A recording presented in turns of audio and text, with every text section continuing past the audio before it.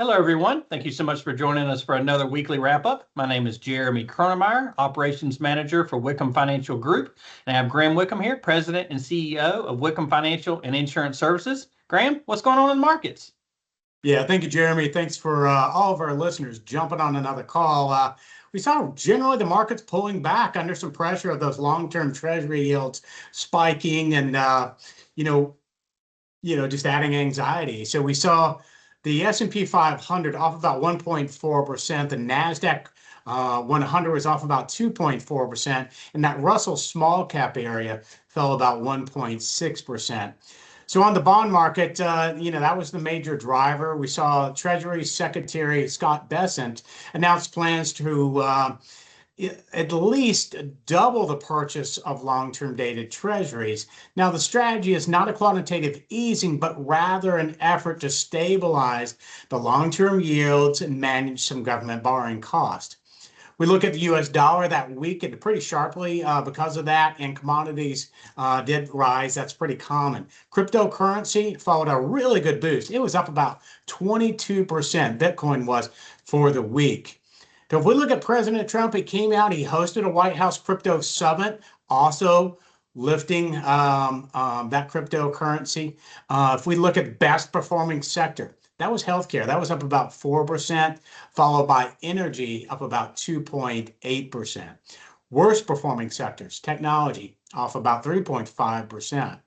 We still had some pretty strong trade tensions resurfacing. U.S.-Canada trade talks really broke down. We saw the U.S. impose about a 50% tariff on approximately $20 billion of Canadian goods. And Canada announced basically a dollar-for-dollar retaliation. The initial market reaction was pretty muted, given that the market 900 billion plus trade relationship between the two countries.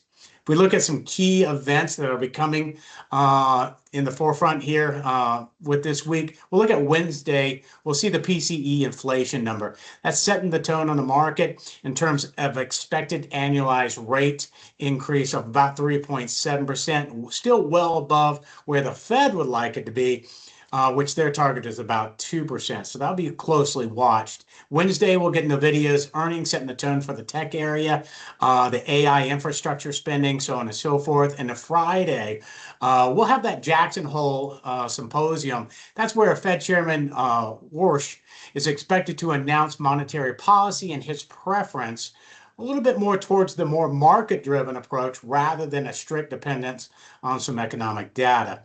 And then geopolitical politics will always be playing a role, especially with Iran and how that's kind of unfolding or not unfolding in a positive way. Jeremy? Thanks, Graham. Well, I had a question for you. It seems to be like the bond markets have been a little bit volatile here over the last week or so. How do you see that affecting the equity markets? Yeah, I think it just puts question marks, right? I mean, we've had a really strong equity market, really bouncing back after the first quarter to this date. We've had a lot of pressure on bonds. Bonds can really tell kind of the health of the economy. And now what's starting to bubble up, is this economy as healthy as maybe we'd like to believe, and maybe it's not.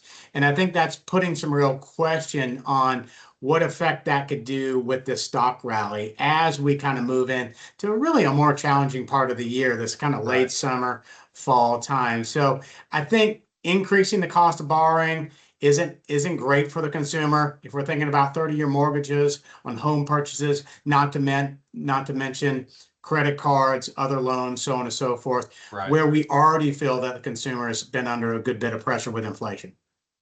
Gotcha. Well, Graham, we always appreciate the information and expertise, and thank you to our listeners that check in with us every single week. And we look forward to seeing you next time. Have a great week. Take care.